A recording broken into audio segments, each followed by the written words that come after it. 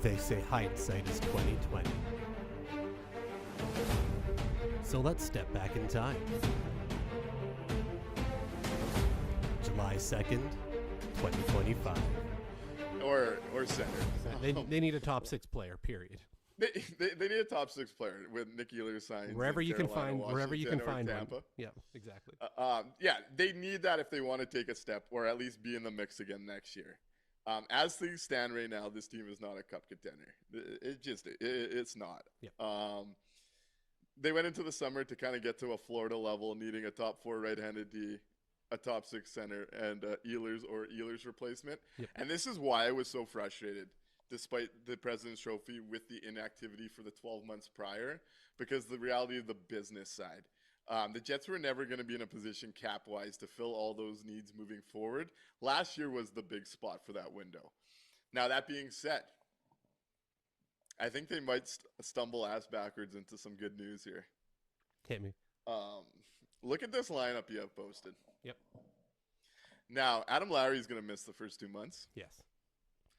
Everyone, including Kevin Cheveldayoff, is saying we're going to need some patience with Taves coming around. I think that's fair. Yep, 100%.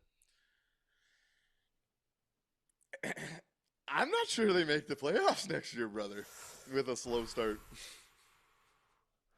God, from President's and I don't Trophy think it's a bad thing. From President's Trophy to missing the playoffs, can you imagine? They're going to be in the mix. I'm not saying that they're not in the mix.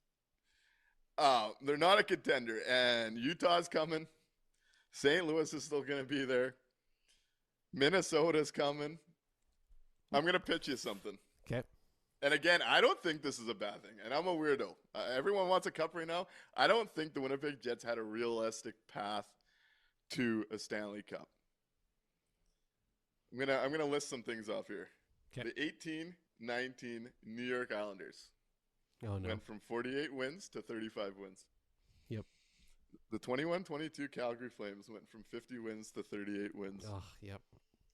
The Rangers last year went from 55 wins to 39 wins. Oh, yep. I don't think it's out of the picture, and I actually think the Winnipeg Jets are in a real good spot right now today to go either pathway at this point.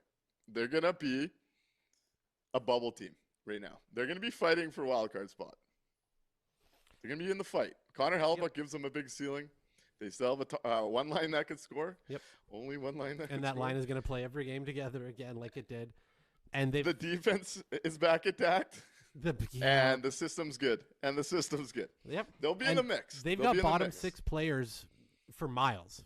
They are deep on third and fourth line guys. They could fill 2 teams of third and fourth lines. No problem about it. It's the fact that there's no second line. It doesn't exist right now. It's Cole Perfetti and then a big wet fart on who you're going to be pairing him up with, especially especially when Lowry's missing those first 2 months. So, yeah, it's going to be, again, real heavily relied on Connor Scheifele, Velarde. Josh Morrissey is going to play about half the game every game, and Hellebuyck needs to go out and win another Hart. And I'm saying this. I'm not ruling out either direction here because I think Kevin Cheveldayoff could still go shopping and get a top 6 player. And then we're talking about this team in the top 3 in the Central and likely buying at the deadline. So what I'm trying to convey here is I think as it stands, so they have an off-ramp and an on-ramp. To throw a little bit of maybe wet fart on it as well. Are the Jets really going to want to spend that $6 million to start the season? No. They're not going to want to if they don't have to. They're going to re-sign all the guys that they get signed up. I think Taves gives them the big cover of the big name ad, and that's the route they're going to go. I don't know if there's a trade in there for Chevy still to come. I hope you're right. I just don't see it. So I'm gonna talk this out. So let me cook here for a bit because Luke Shipley says. This is a crazy take, and we're not one Nick Ehlers away from the playoffs. And I don't think this is just about Nick Ehlers, to be quite frank. No, there's regression from a lot of spots. I think losing Adam Lowry for at least 2 months with a hip that seems to have been a problem for a couple of years based on how Chevy talked about it is going to be a big loss for this team at 5-on-5. This during a period where Jonathan Taves is going to be trying to get up to speed. So your center group is Taves, Scheifele, Nemestikov, We don't know. Nobody knows what you're getting from Taves early. Yep. And no Lowry. You have 30-plus-year-olds. And you had, 8 guys on career years plus one of the best power plays in the league history. Yep. I'm not sure all that goes right. And I've always thought, both on the good and the bad, that the Winnipeg Jets mirrored the New York Rangers. So when the Rangers were making Eastern Conference Finals, it was giving me more hope that the Winnipeg Jets, despite missing some key spots in their lineup, could get there because they did it on the back of a hot power play and a great goaltender in Shesterkin. And then they fell off the next year. Yep. I'm just not ruling it out, and I actually think the Winnipeg Jets are in a really good spot for either scenario because the way that the free agent market shifted, and there's another theory I want to get to that's going to play into this. Excellent. The way the free agency market shifted, the Winnipeg Jets don't have a single bad contract on their books. I am sorry for the Neil Pionk slander, but watching how much was paid out today, you can move Neil Pionk 7x7, no problem. Yeah. You were seeing a lot of guys in the mid-tier of lineups that aren't quite as good as like the Ninos and the Ifellos getting decent picks in return. You're going to have off-ramps if the team isn't in the playoffs at the deadline to do some good things and pave some holes. Yep. It looks all right. The true time to sell big was this summer when there was only 2 sellers, but that wouldn't have been a popular thing to do. Nope. I just think that they're in a position where if it's going well, they're going to be able to buy. If it's not going well, they have assets to move off of. And I just look at this team and I wonder, it's old. With their ads in Pearson, Nyquist, it's not necessary. Taves, it's not going to be quick. In a league that's progressively gone younger, more aggressive, and quicker, I do have concerns about next year. But this is where I'm weird. I think that's the best thing that could ever happen to them. We talk about the need for top-end talent. Yep. If that pick, Hellebuck carries them too hard. But if that pick could slip into the top 10 in a draft like the 2026 one, I think that's a good thing. All I'm saying is if you're a Jets fan, think back to 2020 or 2015 and the soft reset we saw there and what it led to 2 years later. I think there's some optimism to be found. I really do. If we're going down that road, oh, man, you're going to have a very, very turbulent fan base. There's going to be some interesting things coming out if the Jets start to move down that road.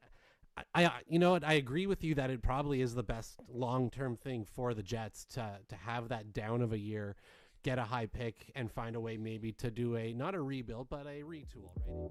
We now return you to your regularly scheduled programming. Welcome back to the landing strip, folks. Missed a hell of a night on Saturday for the full strip experience after a 7-1 shellacking, but we are back for obituary day for the 2025-2026 Winnipeg Jets. And maybe that was a little self-indulging, but I just know over the next week we're going to hear excuses, we're going to talk and hear people inside this market say this wasn't predictable, and yet within hours of Gustav Nyquist signing, you just heard an 8-minute proof of where our heads were at. And I think that's going to set up a lot of the conversations moving forward here. And I think that context is important when we start to break down why we think certain things moving forward here. Hell of a shot. It worked out pretty well. But we'll get into all of that. Mark Scheifele knocks out the Atlanta points record, 101 points on this night. And isn't it fitting? Mark Scheifele gets 2 points, and the Jets lose 6-2. Back-to-back must-win games for this team. And they allow 13 goals against to whimper out of this comeback attempt. I hope the lone soldier, Mr. Meow, who was trying to take victory laps multiple games out of a playoff spot. I hope he comes around today. We're going to have a little chat. He reminds me of the Japanese lone soldier, if you know that story. We get a debut tonight. Braden Yeager. I liked a lot of his game. We're going to have to talk him up. We get some new lines, though, God forbid, they try a new top line. God forbid. And the way this season's going, these last two games on the way out, do we get our Patrick Waugh Montreal Canadiens moment? The way this is going out? You know, Conspiracy Nick has that one thought in the back of his mind. As Vibes Up says, hell, he is for sure asking for a trade. 11 goals in his last two starts. Vegas created a ton of quality today. We're going to get into all of this. Nick Ehlers, 70-point player. Man, is this the year of the victory lap to end the year? We're going to have some fun tonight, I think. I can't do this alone, though. Mikey, how you doing, buddy? You know, we don't have a dancing turtle for everybody tonight, but we do have our tank song. So let's clear our lungs. Let's sing together. Let's hit it. Don't stop thinking about tomorrow. Don't stop. It'll soon be here. Oh, yes, it will soon be here. And who could have ever imagined the Jets could be in this type of position? It's absolutely unheard of. Nobody could have guessed the Jets could end up in a spot like this after last season. But hey, you know, at least we're all together. We can all, enjoy the tank together. We can pray for that lottery ball to fall to us. And, the hockey gods shined on us a little bit with the out-of-town scoreboard. So lots to talk about on obituary night, and I'm excited. I want to touch on this as Adam Douglas says, Nick, this was a must-lose. And it definitely, don't get me wrong, for the best of the Winnipeg Jets' future moving forward, this was a must-lose. We get the result we're looking for. In that locker room, Saturday and today were absolute must-wins for their goal. And those are the efforts we were awarded. Saturday, especially in front of a sold-out crowd. I'm glad I missed the back 40 of that one. I would have been pretty hot coming in. Oh, don't worry about it. That's everything I've learned about that game is don't worry about it. We'll get into that. Scotty Arneal continues to give us a peek behind the curtain. Oh, yes. But a big reason this was a must-lose. Absolutely massive night on the out-of-town scoreboard. Bottom 7 and even bottom 6, though I don't like the odds, are officially in play. We get a Florida Panthers 3-2 win over the Rangers. We get a San Jose Sharks 3-2 win over Nashville. We get a St. Louis Blues 6-3 win over the Wild. And the Kings win to officially give the last blow. That puts us currently 8th in the lottery odds. San Jose passes us by 2. St. Louis ties us, but they have those regulation wins. Florida ties us. They have the regulation wins, but their points percentage is lower because they've had the extra game. Moving forward here, to maximize the lottery, what you want to see is Seattle winning their next 2 games. Don't love the odds, but that's what you want to see. You want to see Florida winning their last game. You want to see the Blues at least matching what the Jets do, but ideally winning both. And you want to see the Jets lose both in regulation, and that would bring us to a 6th spot where they jumped up from the Lion A draft. 7th is definitely in play, looking at the regulation wins tiebreaker and where that sits. Don't love their odds after this one. Going into Utah, that San Jose Winnipeg game may have stakes in this whole setup. After all, let's get into the anti-tank, or not the anti-tank commander, the tank commander. Maybe it was too soon to have a vigil for the helmet, but we got a ride with the vibe since. Who's your tank commander on this night, Mikey? Yeah, we might have been a little early on the tank commander helmet. We might have been a little early on when I said the Blues weren't going to be able to catch the Jets. I feel like my prediction's still in play here. We still have a shot at it. So As for the tank commander tonight, I'm giving it out. It's a platoon award, man. This was a group effort. These last 2 games in a row to be able to go out and must-win games when we've been told, hey, they're going to make some noise. Well, if they get in there, watch out. If they get into the Pacific side, oh, man, watch out. 2 absolute must-win games, and they come in with that much of an effort. Absolute trash effort to start the last game. Terrible first period. I don't care what the score said at the end of the first. You had 4 shots, none from the forwards. 2 games in a row where they were not ready to go. But, hey, don't ask Scott Arneal about it. Don't worry about it. He's got to talk to the team first. So, yeah, it's a platoon award. They're all going to get a piece of it tonight. They all earned this absolutely wonderfully trash effort. You know what?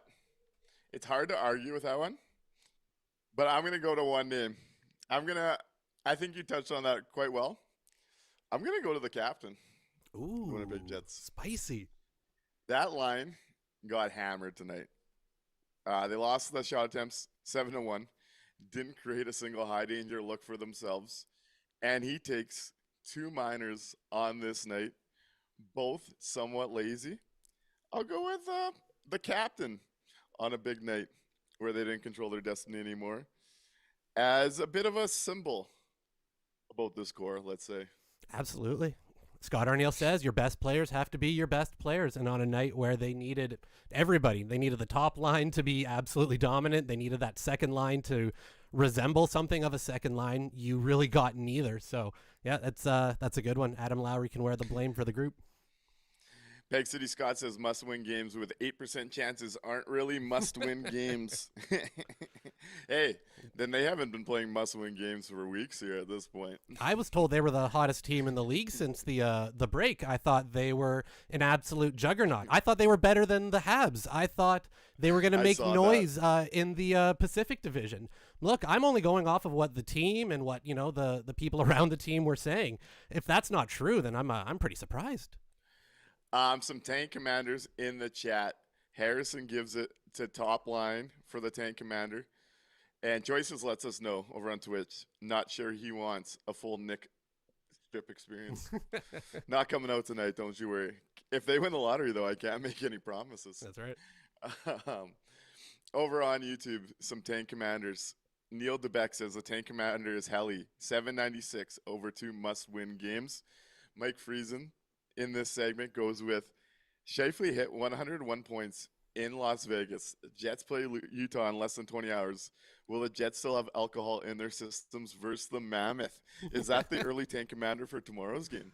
Yeah, that's right. I mean, I don't know. Is there any way to play worse than what they did these last 2 games? So, I don't know. Maybe a couple drinks will help them relax and put in a better effort. Bart says the tank commander was the special teams in a special teams filled game. We'll be getting into that maybe in the From Financial for myself. Blake G's tank commander goes to Helly. If it wasn't for a sunny morning in February and that McKinnon missing an open net, we'd be having the conversation. I think that's going to be a big conversation. It should be. The Silver Scrubs tank commander is Scott Arneal. Special and unique, still can't be put on different lines after getting shellacked at home and going into a must-win game. It was very clear today. There was one goal for the Winnipeg Jets, and that was to get Scheifele points 100 and 101. Mm-hmm. We see him take 8 to 10, 1 minute plus shifts. We see him on the penalty kill, hanging out at the blue line. There was one goal for the Winnipeg Jets, and Scott Arneal played into those bad habits. I don't mind that. Yeah. Adam Douglas asks, draft lottery scheduled for May 5th. You guys going to do a live stream? We will. Yep. Sorry. Go for it, Mikey. Oh, no. Yeah, go ahead. Harji Van Perana says, who said the Jets are better than the Habs, Mikey? Oh, you know who. Yeah, don't worry about it. Who. We're not getting into that tonight. Don't worry about it. We're not getting into that tonight. Frosty Winnipeg brings some humor to the Tank Commander Award with not hockey related, but can I give the Tank Commander to my ex? You can do whatever you please. You definitely can. On this night. Real DFV's Tank Commander is Hellbuck. He can barely his care meter barely moves anymore. Yeah. Gotta say the body language doctor doesn't love what we're seeing there. But speaking of exes, Nikolai Ehlers 70-point player. The Jets UFAs signed to fill out the playoff core have produced 70 points and counting themselves this year. We have a race with 1 game to go for Carolina and 2 to go. Who will win the points race? Nikolai Ehlers or the combination of Johnny Taves, Tanner Pearson, Cole Koepke, and Gustav Nyquist? Who do you got here, Mikey? And I know you've done the math already. Can you let me know what the games play differences between those two groups are? Nick Ehlers, Mhm. 81 games. He might get a full season, and good for him. Yep. The collection Mhm. of Jets UFAs. Yep. 245 games. Okay, so Surely. let me do some quick maths here. Okay, carry the 4. I think it's going to be Nick Ehlers. Hey, if I've learned anything in this market this year, it doesn't matter how many games or minutes it takes you to get there. The Jets clearly replaced Nick Ehlers on the aggregate, wouldn't you say? Oh, absolutely. They did it. It worked. Technically, it worked. Can't deny that. They got those 70 points, baby. I want to get into that to start, and then we'll get into some of the young bucks that maybe provided some hope on this night. But as you heard in that clip to start off the show, and as we've consistently talked about, you want to talk about it? As a podcast, I think we've consistently told a story and provided a narrative that aged very well this year. I think we did our jobs in calling the shots and being correct. And at the end of the day, people might not like to hear that, but that is what matters at the end of the day. We want to have some fun. We want to have some entertainment. But I think maybe I grew up listening to old school radio, but I do think truth matters and being right matters. And I think we did that. But I want to talk about the underlying reason as to why, and why this idea, when we hear next week, that this was just a blip, that injuries cost them, that they can retool on the fly. We heard Craig Button talk about the Washington retool, who I might add is also missing the playoffs this year. So is that the retool model for sustained success? Right. They do have some younger talent than Winnipeg that I like, but is that really the model that teams should be adopting when 1 year later they have missed the playoffs? At the end of the day, when we're talking about sports, we're not splitting a molecule. There's a proven formula, and the story of the Winnipeg Jets and why they've never gone over the hump is because over time, they have slowly bled top-end talent at key positions and backfilled with depth hockey players. The biggest reason it became clear the Winnipeg Jets would follow the Rangers and become the 5th team to miss the President's Trophy is because there's a set bar you needed to get to from a talent perspective, a core perspective, top-end talent perspective. Having depth is nice, but without the game breakers, it doesn't matter. The Winnipeg Jets have 4 players that everyone talks about. You got Mark Scheifele's best season, a 101-point season, and missed the playoffs. In a year, the best player in the world called the race for this wildcard spot and his own division a pillow fight.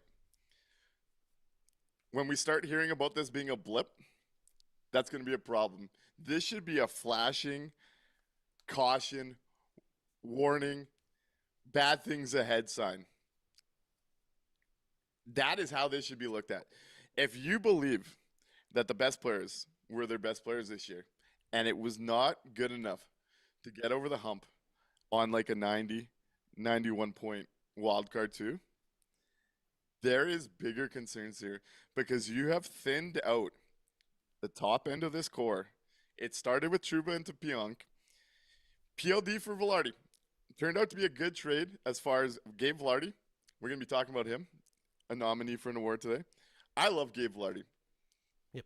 But you also lost the premium position aspect of it. How long have we been chasing a 2C? Mm-hmm. And as soon as Nick Ehlers went out the door, a winger that was capable of driving a line with Vlad Nemestikov to a second line level, you are never going to have the core level talent to get there. This is where the Winnipeg Jets find themselves.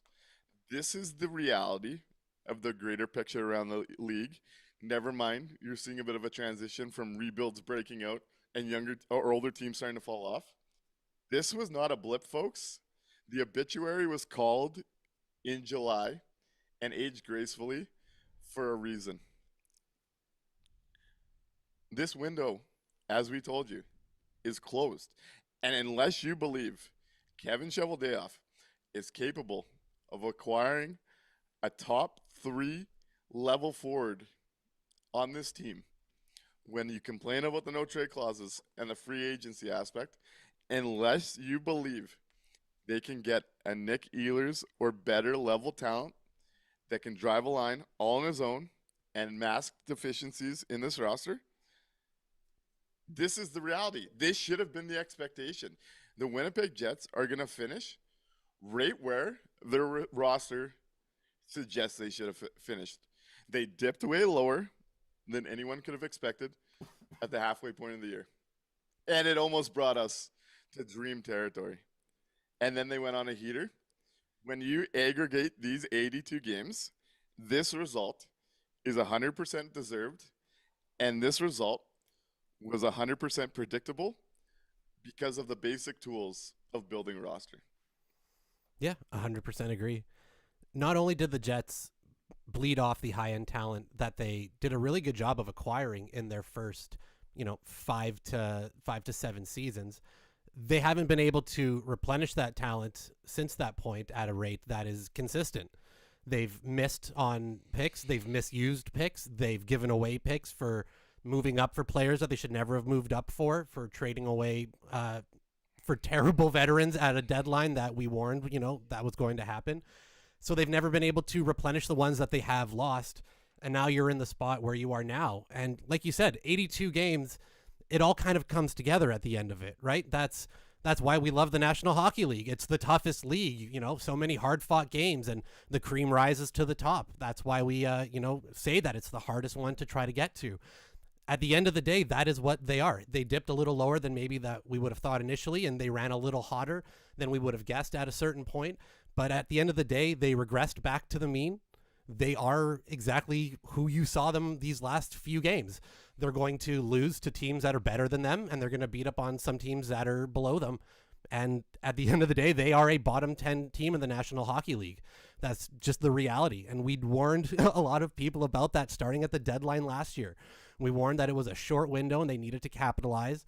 And instead, we got 18 months of Luke Shen dragging this team to kind of the spot where they are.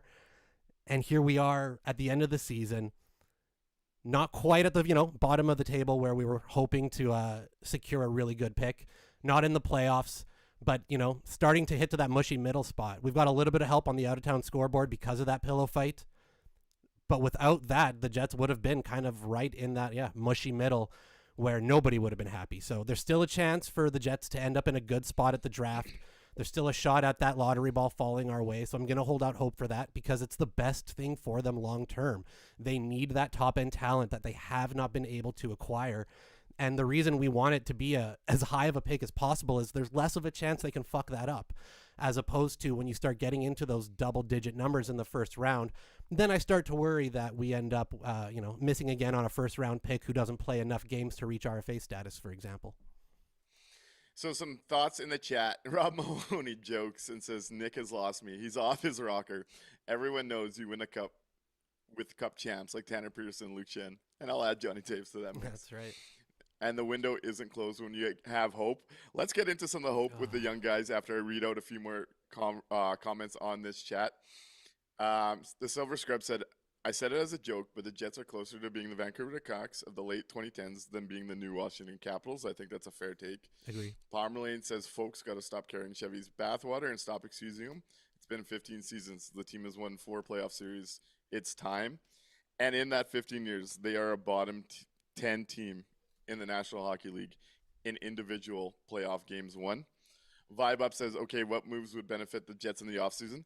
When this season gets done, we're going to do some offseason content. We'll probably do a show mapping out a vision where me and Mikey both go on Puckpedia and we go sort through what we would do if we had the reins. Yep. We'll do an episode where we ask you all to see or send in your own versions. We'll do an episode where we map out a retool. We'll do an episode where we map out a rebuild. All that kind of stuff we're going to have coming up into the summer. Ron Mahoney also says, I guess it also comes down to what kind of fan are you? Do you want a cup contender and have the difficult choices it needs? Or are you just happy to have a team with and love the names on the back?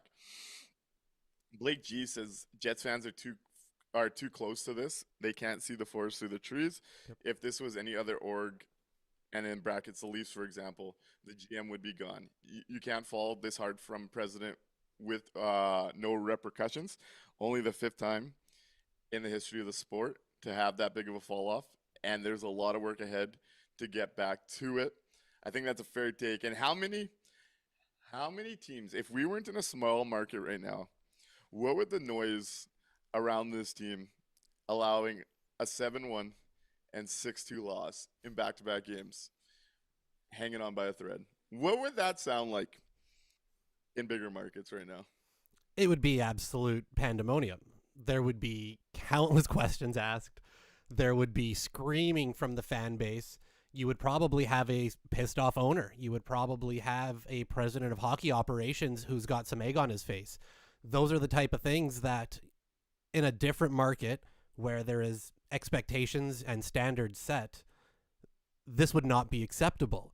You would have the pressure on you because your job would be at stake. It's like that in every major professional sport. It's like that in every National Hockey League team, it feels like, outside of this market.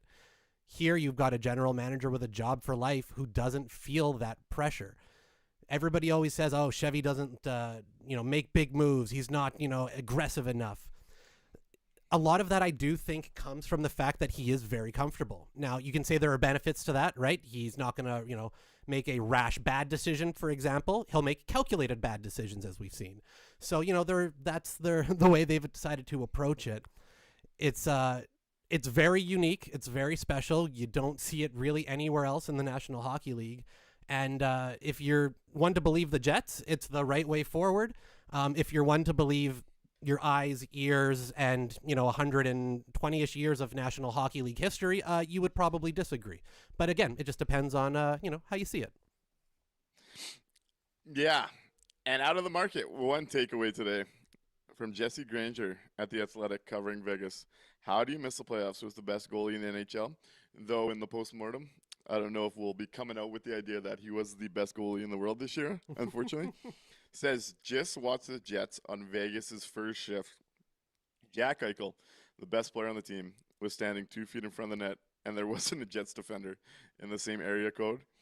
I actually did think with what Vegas was creating and all the power play looks, like Vegas almost had as many shots on their power plays than the Jets did all game. I did think Hellbook stood tall until he couldn't any longer in this one. Yep. This was a game where it felt like Vegas could do as they pleased, but no one wants to hear me brag about my love for watching Jack Eichel, and that was on full display tonight. Oh, he was so Let's good. get into something the folks might like on this night. Braden Yager gets in his debut. That's right. What'd you think of the kid from Saskatchewan? There's a really smart, handsome Twitter personality that I follow that said that Braden Yager was probably going to look good in his 6 minutes of ice time tonight. And in case anybody needs, it's at Nick Lynham, I think is what that handle I saw was. And man, did he fucking nail it. 6 minutes tonight at 5-on-5 for that line with Yager centering it. It was, I actually thought he looked pretty good. I liked a lot of the little pieces of his game that were on display in the small amount of opportunity that he had. He was really involved in the play. He was actually noticeable with the puck on his stick.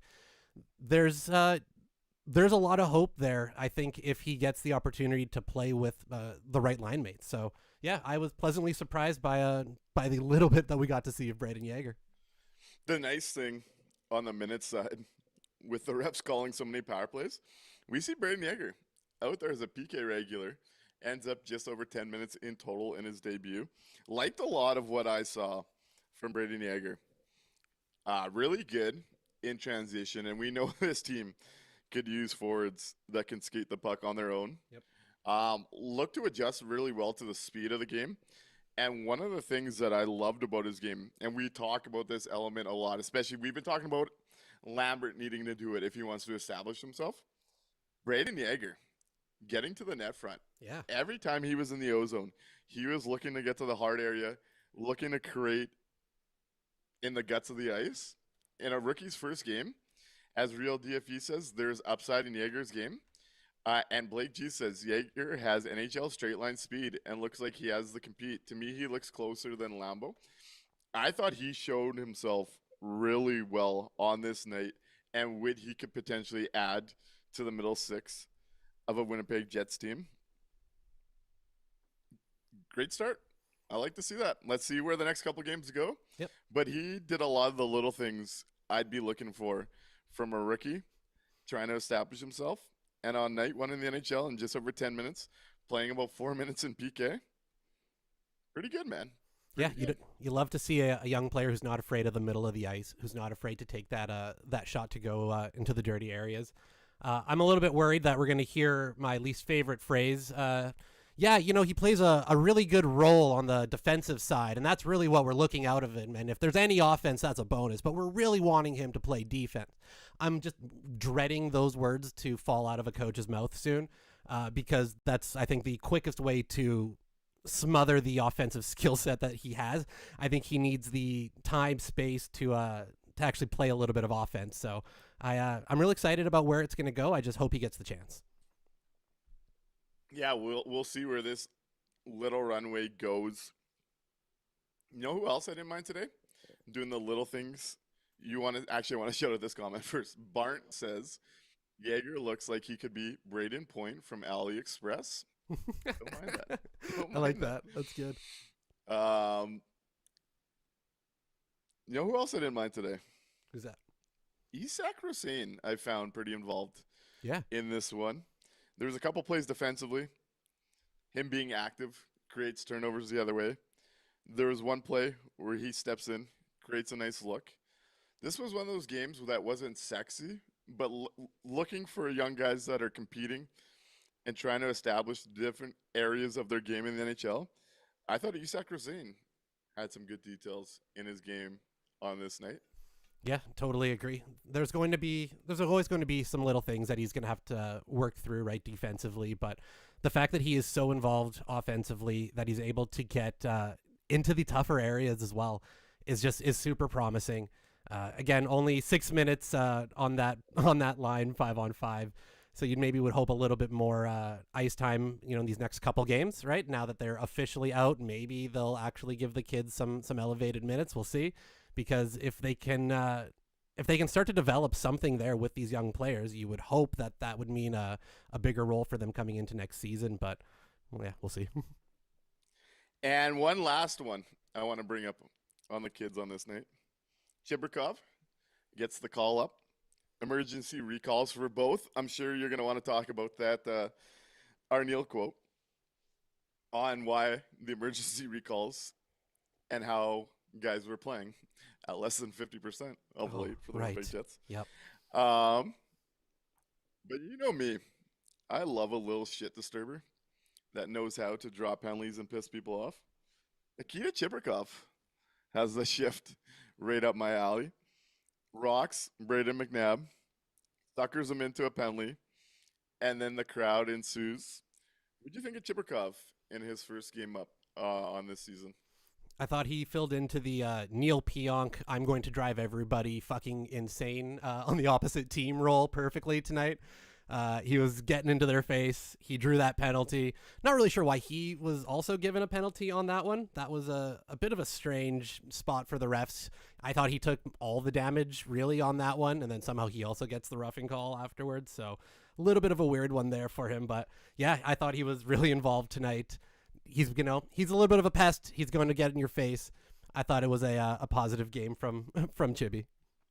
Yeah, Barnt wants to know how Chibi got the penalty on that sequence. Yeah, that's one of those unfortunate one of those unfortunate ones that comes with being involved in those skirmishes and kind of starting them off. Yep. Sometimes when refs don't want to go down 5-on-3 and it's a bit of game management, you're coming with them. I've been in that situation many times. Yep. Just how the rule book tends to be called with that player archetype. Yep. Should we get into the Arneal comments? Then we'll do the From Financial Faceoff. Yep. And on the other side of that, we'll get into Mark Scheifele setting history. How does that sound? Sounds good. All right. So when Iafallo, Pionk, and Nemestikov weren't on the ice for the morning skate yesterday, Scott Arneal was asked about it. And his response was, all three of those guys, a couple of them were banged up 2 games ago. Last game, Vladdy was the one that got hurt. They were playing with some injuries, and they were trying to get through it. We're at a stage right now where it's not because of where we're at and lost the other night. These guys have been trying to put everything on the line to play. Right now, they're not even at 50 or 60%. That's why we had to make a move and bring in some other guys, some fresh legs, and hopefully that gives us a bit of a spark.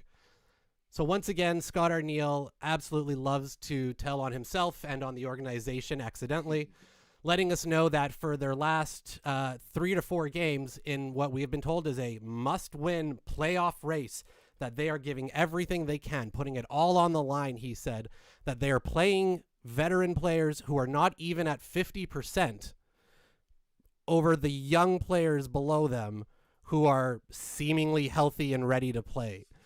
We are forcing in veteran players at this spot who are not even at a 50% level because that's who they view as their best option to win in a playoff race.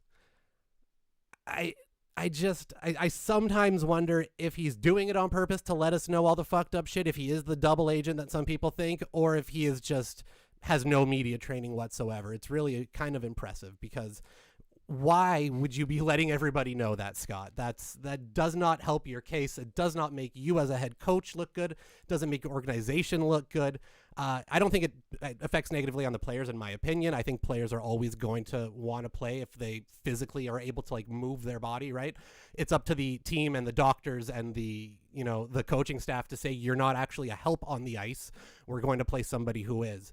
So yeah, really hilarious in my opinion that we're told this is a playoff race and we're serious and everything's on the line, but we're going to play a bunch of guys who are like half at their strength right now.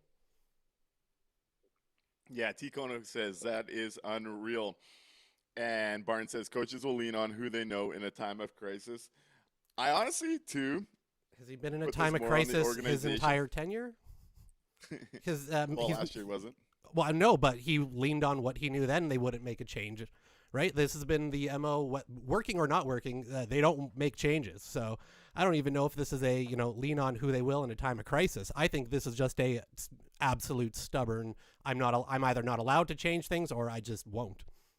See, I don't think this reflects poorly on Arneal. I think this reflects poorly on the roster management and the depth of this team, because part of what plays into that is Colin Miller was on the IR, Salo's on the IR. Who's the next man up with the Moose right now after that? Well, Miller came back, though. Miller's been back these last few games. Yeah. Yeah, he came back today so he wasn't there for the last 2 days. Oh, I see what you're saying. Yes, yeah. He just got activated today. Yep. Up front, you can make the case, of course, they have 2 regular recalls. They did not need injuries. Yep. You can make that case. I do think it exposed the organization and the lack of depth on the back end.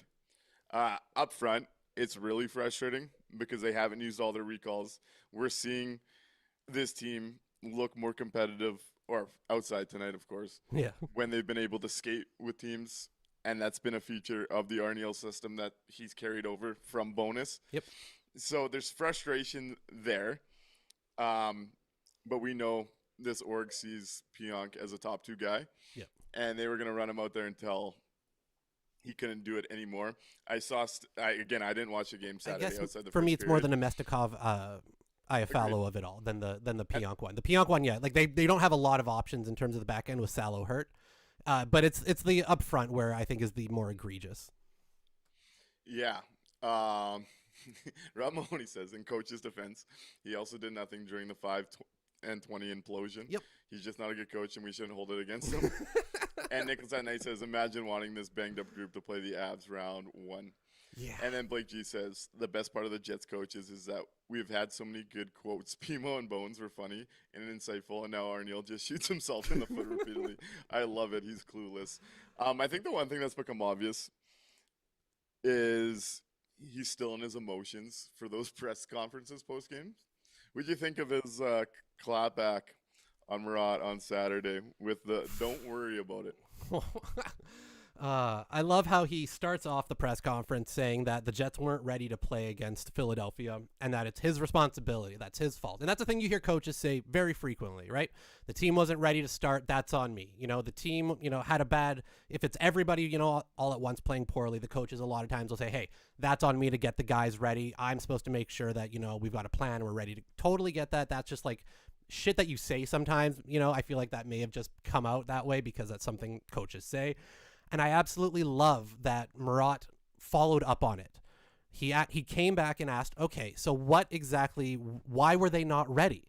Right? You said that this was on you. It was your responsibility. Can you let us know why they weren't ready? I thought that was the best fucking question asked at maybe any press conference or post-game scrum all year long. Honestly, I thought because just that little bit of like, hey, can you actually clarify the stupid shit you're saying right now because it doesn't, and he just absolutely refused. He told him, don't worry about it. I still need to talk to the team. That's between me and the team, and I haven't had a chance to talk to them yet. I'm sorry, Scott. I get what you're trying to do. I get you don't want to rip them publicly in front of the media there, but to come out with don't worry about it to the journalists who are covering your fucking team is just such a stupid, brain dead thing to say. That is their fucking job. They are there to ask you that question. You started the press conference by saying it's your responsibility. Then you need to answer the follow-up of, all right, great. Can you elaborate on that? Why weren't they ready to go? The journalists are there to cover your team. If they're not covering the team and getting the word out about you guys, you're not like, this is all part of the system. You have to answer those questions. If you didn't, you wouldn't be doing post-game scrubs. They're mandated for a reason.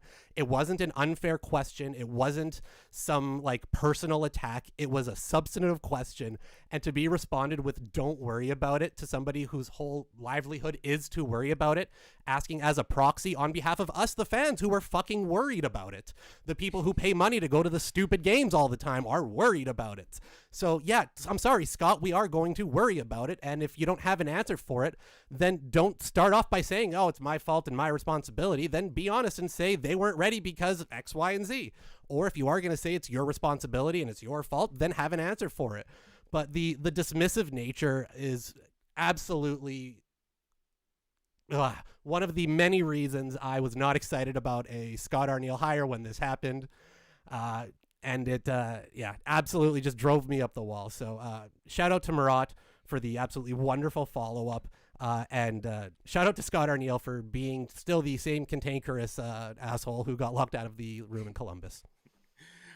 Before I get to my take here, Harrison from the Locked On Jets over on Twitch, thanks for being part of the show, says, my pet theory is Scotty hates the front office and is throwing them under the bus as much as possible. Over on YouTube, Rob Mahoney says, it's such a bizarre comment. If it was coach's fault, was he going to wait until he apologized to players? ? Nicholas at Night says, someone should tell Chipman that I don't even know what that means. I'm not going to bother. Sorry, but Pomerlane says, I think the players are too comfortable and Scott's too worried about hurting their feelings. I can explain Nicholas's comment. Okay, give me a second. You lose 7-1 at home in a must-win game. They deserve to be publicly called out like Bones after Game 5. Yup. And 7-1 in front of a sold-out crowd that I heard was absolutely rocking. Yeah. And I had people reach out that care about this team on another level, saying it went from going in on a Saturday night excited to sitting there for the back 40, treating it like a comedy night and just laughing at how bad they were. Yep, absolutely. And what Nicholas is saying is that somebody needs to tell Mark Chipman that Bruce Cassidy's grandfather once pissed in a gas station bathroom within the Winnipeg city limits so that he now has a connection to the city so they can hire him to be the head coach. Because the only way you get hired is if you're a true north type of guy. You have to have a connection to the team, which really just means you'll do what they tell you to do and you'll do it with a smile. See, I didn't know what they meant by Cassie. I didn't know if that was like a Bruce. female in the city that I didn't know or something No, connected to Bruce. someone. And I was like, I'm not taking that shot. Yep. I get it now.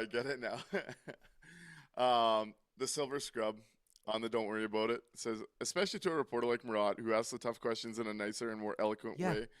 Murat isn't some of the antagonistic reporters in other markets. 100%. He asks smart questions. He does it in a respectful way. It was an absolutely fair question, and to be so dismissed like that is absolutely trash. And Blake G says, once again, pro hockey player / coach doesn't realize that fans hear themselves in the media questions, and they are a conduit. Thank and that's you, a big Blake. aspect too. 100%. My first thought when I saw that comment the next day when I was catching up on what happened the night before was it was so clear to me he was trying so hard not to bones Game 5 himself. After living through it and watching Rick Bowness of all people, the toughest moment in the Rick Bowness experience, in my opinion, is when Rick Bowness of all people walked back his comments because he didn't say it to them first. It was clear in that moment, Scott Arneal was having flashbacks to that moment and looking at that Columbus Blue Jackets door not being allowed in. Both of those moments were flashing in front of him. And he's like, nope, I'm not doing it. I got to try and hang on to this. And hey, from a self-preservation standpoint, I don't hate the wanting to protect the players, right? Coaches do that in a lot of situations, a lot of scenarios. They will go out and, throw themselves in front of it, to just protect the players, right? Protect whether it's an ego thing, whether it's a feelings thing, whether it's they truly believe that it was just a bad night and they want to, shield them from that criticism, whatever it is. Coaches do that. That part I totally understand. It's the dismissive nature of it that really just pissed me off. The don't worry about it. It just, it absolutely drove me up the wall. Yeah, hard to disagree. Let's get into the From Financial Faceoff. What did you think was the difference in the Winnipeg Jets versus Vegas Golden Knights result tonight? Let's talk about it. Let's hit it. Thanks for calling the landing strip. You're on the air. What would you like to talk about?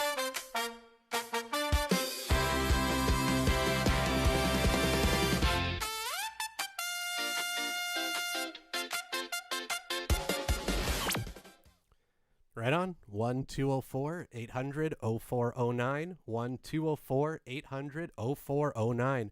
Get on the line. Give us a call. Let us know you're from Financial Faceoff and anything else you want to talk about. And to wrap up the last conversation, the Silver Scrub. I like this take. I lost a little respect for Rick when he walked it back. I still respect him a hell of a lot, but I wish he stuck to his guns on that one. I remember thinking, Rick is the man after that Game 5 presser and being ready to build a statue of him. The walk back hurt. I felt very similar things in that time, so I really appreciate that take. What is your From Financial Face-Off on this night, Mikey? Well, the biggest thing that hurt the Jets, obviously, is that they didn't have Alex Scheifele to swap onto the top line tonight.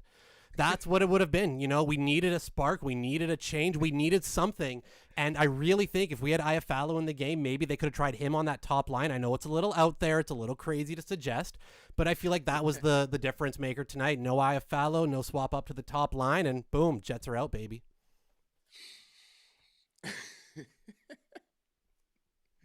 Harrison's From Financial Faceoff is actually I have no From Financial Faceoff other than thank God it's over now.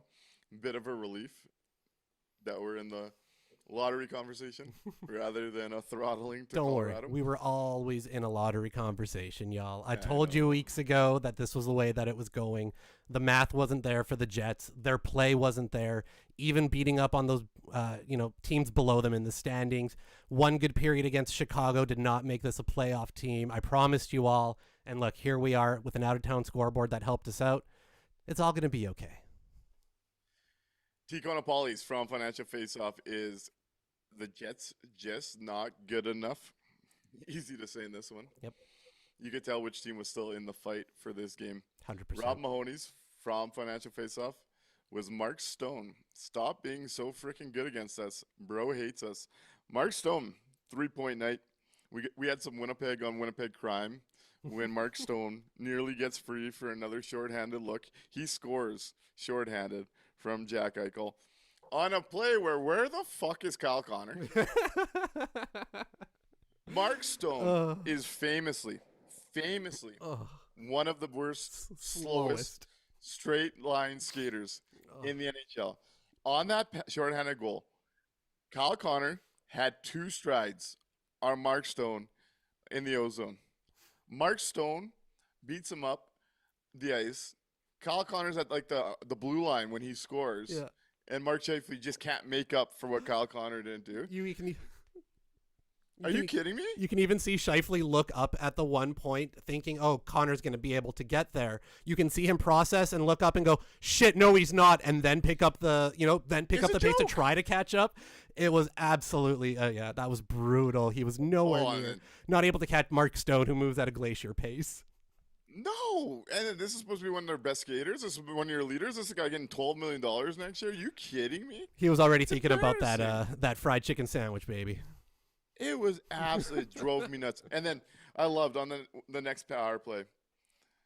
He turns it over, and Sawyer's like, "Oh, you don't see that often from Kyle Connor." It's like, do you pay attention? Right. The power play falls apart when they pressure Kyle Connor's side of the wall. And then Kyle Connor rewarded him doing it again 30 seconds later. This was another night. I can't, man. Mark Scheifele's going to get some shine here in a second. I can't. I can't. Are you ready to? Can't make me love this player. I'm real excited to find out what the mayor of Transcona has to say about Kyle Connor. So I've got the mayor of Transcona on the line. T. Kona Pauly, thank you for calling the landing strip. You're on the air. Hey guys, how's it going? It's going well. How are you doing, T. Kona? I'm doing. So I just want to say like that. Like if we're thinking that any of this narrative with this management or ownership is going to change. I mean, again, why was Helly even in the net again tonight? It's so obvious he's like burnt out, overplayed. Oh, yeah. That Olympics, 6 games played there. And I mean, Comrie doesn't get rewarded with his, 6-game winning streak. And like, where's Dom should have already been called up. Yeah. Eric Comrie should have been shut down after he got yanked there. I mean, I get it. Maybe they want to give him a chance to redeem himself, but you know what? I mean, whatever. Next year, redeem yourself. No, I agree. He's played, 22 of the last 24? Yep. 9 straight. Yeah. 9 straight. And it's just, let's just roll them out again because, like it's just the same, the same kind of, like just the same old story. T. Kona, question for you, member of the goalie union. Given what this has looked like the last 2 games, if you were him, would you pull the Patty Wall? No, but I said it as soon as he went to the White House and he got that lash back there. His wife got all that on social media. Like, I just thought that, like, he might be checked out. Like, he might, I could see him. I thought that might irk him to potentially want out of here. I guess we'll see. That's my big conspiracy. And I mean, would it be as soon as this summer? I mean, maybe all it does is get the thoughts swirling in his head and he doesn't quite do it this summer, but another season like this, he would definitely do it the following summer. I'd be willing to bet anyone at that time. Right now, I'm so on it. I wouldn't be surprised if he wanted out. Yeah, we'll see what happens, T. Kona. I appreciate the call. How are you doing? How's your health going, buddy? It's a struggle, but I'm that's not going to keep me down. Hey, you're a tough motherfucker, buddy. You take it easy. You take care of yourself. We'll talk soon. All right. Thanks, dude. You guys too. Good stuff. Thank Bye. you. Back to the From Financial Faceoff. Harshivan Parwana says, Mitch Marner is a whole level above KC. Damn shame they make the same money. Oof. Vibe Ups from Financial Faceoff was the out-of-town scoreboard bailing the Jets out. Silver Scrubs from Financial Faceoff is Jack Eichel being a real 1C. Looked like a stud on this night. I love watching him play hockey, man. So good. Could have had another one with that toe drag move. Oh. Jay LaBosse's from Financial Faceoff is the playoffs die on a multi-point milestone night for the first line, and they don't outscore their minutes. Kind of a poetic way for the season to end when you put it like that. 100%. My from Financial Faceoff is going to be the special teams on this night. Mark Scheifele takes that double minor. Vegas puts this game out of reach with 2 after going 0 for 4 with 9 shots. They were creating a ton of great chances on their power plays, and they get the shorty as well. I think Vegas winning the special teams difference was the From Financial Faceoff on this night. Yeah, absolutely. Hard to disagree when you look at just how bad the Jets were tonight with the special teams, not only with the shorthanded goal, you know. That's really, like you said, this was a pretty fitting kind of way for the season to end. Since this is a night where we're talking about hindsight and victory laps, at the beginning of the season when we were talking about if Scheifele was going to get to 100 points this year, I was on the team of yes, he was. I'd kind of been sticking to that all the way through the year. And I said at the beginning of the year, it's because who else is going to score points? They don't have a second line. Jonathan Toews was their big add in free agency, and they added a bunch of retirement home players. It had to be Scheifele and KC, or it was going to be nobody scoring any points for the Jets. And here we are. The Jets are going to miss the playoffs, potentially guaranteed to finish in the bottom 10. Hopefully, maybe even, in the bottom 7-ish. In the National Hockey League. They were 32nd at one point during the season, and Mark Scheifele gets 101 points. It's about as perfect of a way to end it as you can. The only player who is going to take 8 to 10 over 1 minute shifts in a game is going to get you 100 points, even at that rate. Yeah, milestone Mark adds another one, a cool one too. We did want to see him get this, right? Oh yeah. Last Atlanta one, if I'm not mistaken, to get to? I think so. I'd have to double check if that's all of them, but pretty damn close. I think Morrissey in goals maybe is still, or was that Bufflin? Did he end up? No. So yeah, no, we're good. That would be the last one. Yeah, that's huge in the franchise history books. 101 is a monster number. There's no way I would have ever predicted Mark Scheifele would have been a 100-point player. Wasn't for me. He has the aura and the ozone we talked about this year. Yep. This has been his best season in the NHL at 33 years old. But there's also a subtle irony of him being the team's MVP, potentially. We'll talk about the Morrissey stuff later in the year. And that not being enough. Like, there's something to think about there and what that kind of means. But on this night, 101, 100 and 101. What can you say? That's an impressive number to get to. No one in the Atlanta Thrashers era did. Marian Hossa got to 100. Yep. Mark Scheifele now joins a list of like Paul McLean and Dale Hawerchuk to get to 101. Yep. While the franchise is in Winnipeg. Solani too, probably. I'd have to take a look. I thought he may have been 97. Oh. Yeah, no, just an impressive feat when you're looking at it. I will say, how will you remember the Mark Scheifele 101 point game? Was this one of his banner nights this season? I mean, banner in a way of it's a kind of stereotypical Mark Scheifele type of game. The top line was not all that great for large stretches of the game, but they get on the box score. So, yeah, I'd say that is the quintessential Mark Scheifele 2026 type of game.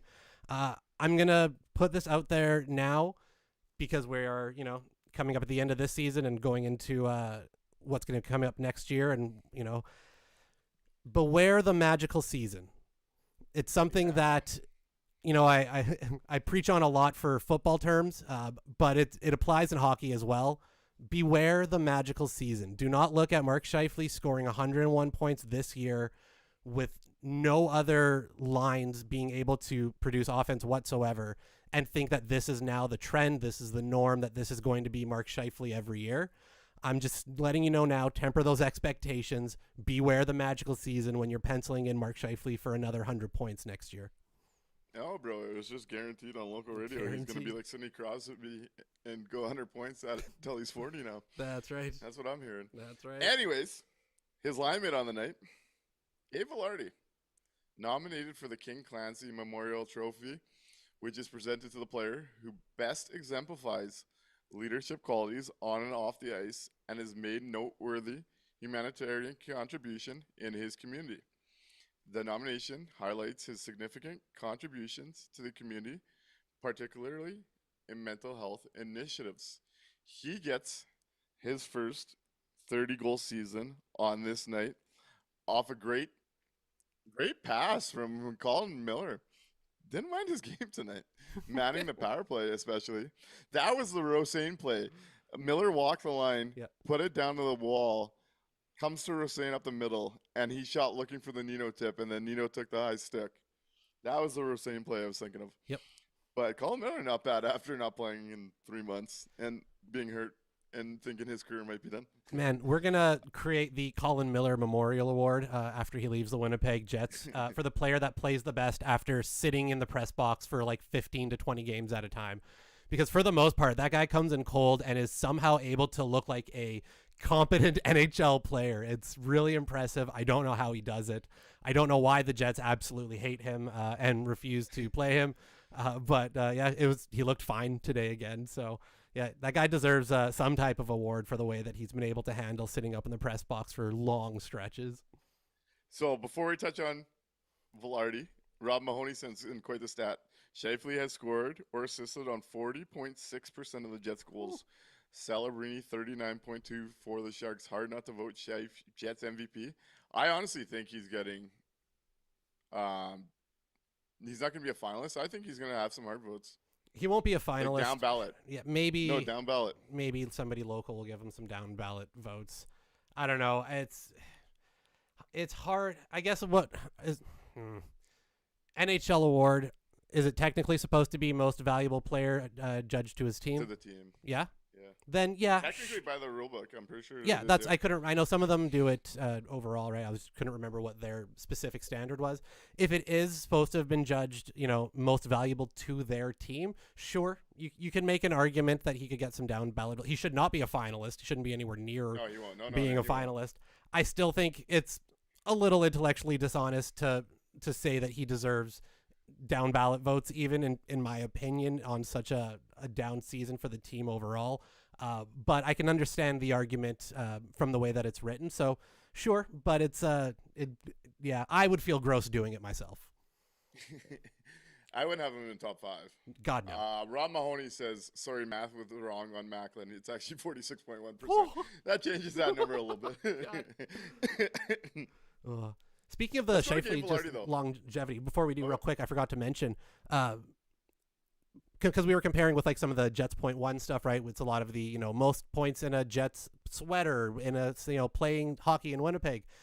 2.0 is now at the end of this season will only be one more year away from the same amount of time that 1.0 was in the city.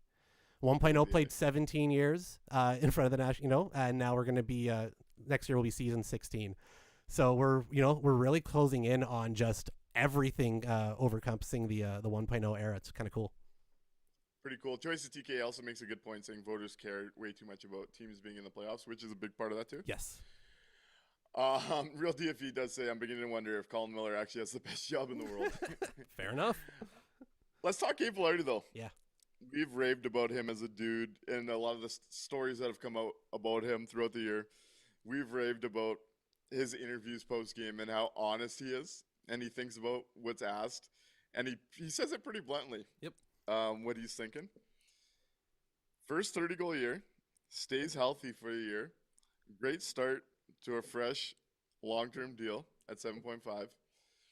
What do you think of his nomination for the King Clancy Memorial Trophy? Easy for you to say. That's a mouthful. That's a tough one. I think it's a great nominee from the Jets. He embodies all of the things that the King Clancy Award, looks for and talks about. He's really opened up this season. We've seen more and more of his personality. There are some players and athletes in general, where they open their mouth and you start learning about them and you go, oh God, I wish you had never said anything. Can we go back to a world where I don't know what your thoughts and opinions are? As opposed to Gabe Vilardi, who every time he's let us into his world a little bit, I've gained more and more respect for not only him as a player, but for him as a person. He's been so open with his, mental health. He's been so open on his time here. When he signed the contract, and we were kind of previewing what that was going to mean, I thought at the time, and I said that Gabe Vilardi strikes me as the type of player who, when he has stability, when he feels comfortable, when he has those things around him, that I think he's going to do better than in the past, where I feel like the instability, the bridge contracts, the injuries, the not knowing where you were going to play, I think, affected his game a lot more, which is maybe why LA was willing to move on from him, which is why, we got him the way that we did. Now that he's kind of locked in, he's stable, he's in a really good spot. His game has, taken itself to another level. He's made it all the way through not being hurt this season. I think it's a really good spot for Gabe Vilardi. And I think he's absolutely deserving of the nomination. And that's the type of guy you want to cheer for, Mm-hmm. Yeah, we've talked about it a lot. I really respect Gabe Vilardi, who, after signing that deal, has really embraced Winnipeg.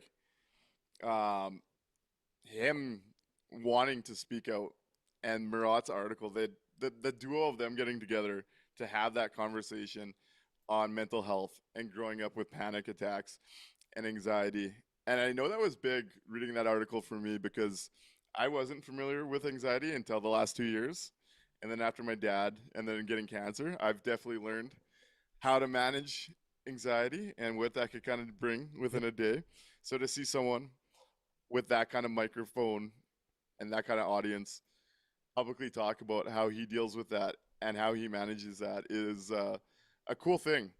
He's done a lot of work with children's programs in the city. Every time he talks, whether about hockey or just living here or just life, he comes across very down to earth for an NHL hockey player. Yep. As the Silver Scrubs says here, retool, rebuild, whatever. You keep Gabe, good player, good dude. He's always been someone since day one that has made it publicly known he will play with whoever they need him to play with. Yep. And he'll produce. And he's taken that serious. He was a big reason that second line took off during their stretch run here. Gabe Vilardi, hell of a dude. As Real DFE says, Gabe Vilardi is a sneaky good at driving lines. Every line he gets plugged into suddenly comes to life. Yep. Also, the line he just left disappears. Quality player, quality dude, the more we've gotten to learn about him. Hoping he pulls that award off. Absolutely. That'd be sweet. It's funny. Last year we joked a little bit that maybe Gabe Vilardi was the real Mark Scheifele, Kyle Connor whisperer. That it wasn't their connection, that it was actually it's Gabe Vilardi, because the couple times they took him off the line last year, they tanked their 5-on-5 numbers. The way that we've seen him adapt to other lines, adapt to other line mates so easily and be productive and help Cole Perfetti be as productive as he's been this last stretch, it kind of goes to show you, hey, yeah, maybe it actually was the Gabe Vilardi was the real whisperer. Yeah, probably my favorite personality on the team. As Nicholas Knight says, gotta love that Gabe is a millionaire athlete, but won't spend too much money on a Lego sets, not to upset his folks. Stuff like that, man. That was that wonderful. Just got a handle on it. As somebody who also, peek behind the curtain, I also like to do still large Lego sets and things like that as a mindfulness type of activity. It made me so happy to hear, one, that he does that, and two, laugh so hard that he still doesn't want to spend too much to upset his folks, because even though he can afford it now, some of those sets are expensive, man. Yeah, just an awesome dude. They got a good one there. 100%. Let's get into the 3 stars. It's 1:30 a.m. here. Let's get into the 3 stars and do a tank sim with our newly adjusted odds. We're back into some interesting territory here, folks. Let's hit it. 3 stars. Who you got?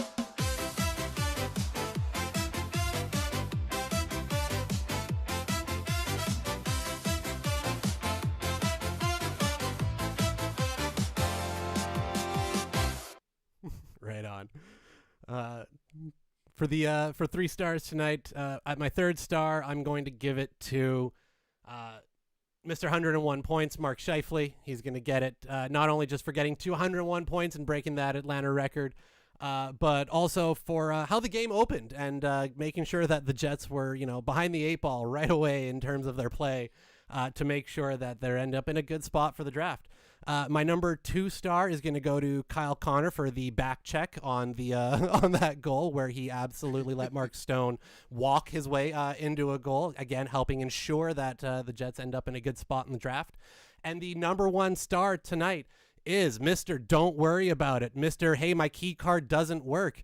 Mr. I'm going to let you know all the terrible ideas I have all the time. Your head coach, Scott Arneal, number 1 star for ensuring that even with being the hottest run since the Olympic break, still found a way to make sure the Jets were not ready to play these last 2 games in the must-win games. Thank you, Scott, for making sure they weren't ready. And I won't worry about it anymore, just for you. T. Pauly's Eichel 1, 2 Scheifes, Anderson 3. I'm going to go Mark Scheifele, milestone mark, 100, 101. And he helps the tank in a big way. Not picking up Barbashev on that great pass from Jack Eichel. Ooh. Taking that 4 to put this one out of reach. Milestone mark. Helping his own resume and the Winnipeg Jets tank, number 3 star. Number 2, Winnipegger, Mark Stone. I must have been lied to. I was told he was slow, but somehow he blew Kyle Connor out of the water to start this game with a shorthanded goal. Mark Stone, 3.9, will be the 2nd star. And the best player on the ice, one of my absolute favorite forwards to watch in the game of hockey, that stride, that IQ, the danger when he's on his game. Could have been a 5-point night, was a 4-point night. Jack Eichel, man. Ooh. Even when the Jets are bad, folks, there's quality hockey players on their schedule to enjoy. And a night like this is perfect for me. We're back to talking about high draft picks. Jack Eichel's bearing the Jets. Milestone mark comes in. Some of the kids show well. Kyle Connor pisses me off. Connor Hellebuck has let in 11 goals in 2 games. It's beautiful. It's a beautiful mess, don't you think? Connor quiet quit Hellebuck. I absolutely love it. A few more 3 stars. Real DFV, 1 Scheifele, 2 Yager, 3 that snazzy looking arena. It looks like a time in there, man. Yeah, it does. I definitely want to go down. The Silver Scrub is officially 2nd star, eliminated, 3rd star, the out-of-town scoreboard. Yep. J-Lo Boss's 3 stars is 55 for Racing Atlanta. PK making sure we don't collect points for number 2. And 1, my wish for a $1,300 Lego Death Star. We got a few, as John Chan also is enjoying the Star Wars Lego talk. Maybe we're expanding here. We might have to figure this stuff out. 2 years ago, I did the full Spider-Man Daily Bugle, the tallest one that they did. That thing's fucking huge. It's awesome. All right. Let's get in to a lottery sim. Where are we drafting? Leaving obituary night for the 2025-2026. Let's see if the hockey gods are on our side. Let's do this. Let's pray, everybody. Pray to the hockey gods. Let's do this in 3, 2, 1. Hey, get the fuck out. Look at that. Come on. Number 1 overall, your Winnipeg Jets move up 7 spaces. What a night. Wow. I don't know if you can get any better than that. From Whitehorse to Winnipeg. Ooh, baby. We are so back. The Palomino Club doesn't know what hit it. Everything about this night has been absolutely perfect. Get Gavin on the first flight to Winnipeg. Let's go. Let's get excited here, folks. This is the kickoff to the new era we need. As Triple H says, this is a new era. What an elimination day. Absolutely perfect. Folks, if the Winnipeg Jets lose the next 2 games in regulation, they will have no higher than number 7, possibility of 6. We're past the must-win games. We're into the must-loses. We'll see you back tomorrow night against the Utah Mammoth for a hungover, Scheifele celebrated Winnipeg Jets version, pre-golf course. 2 games to go. Go Utah. Go Utah. Good night, everybody.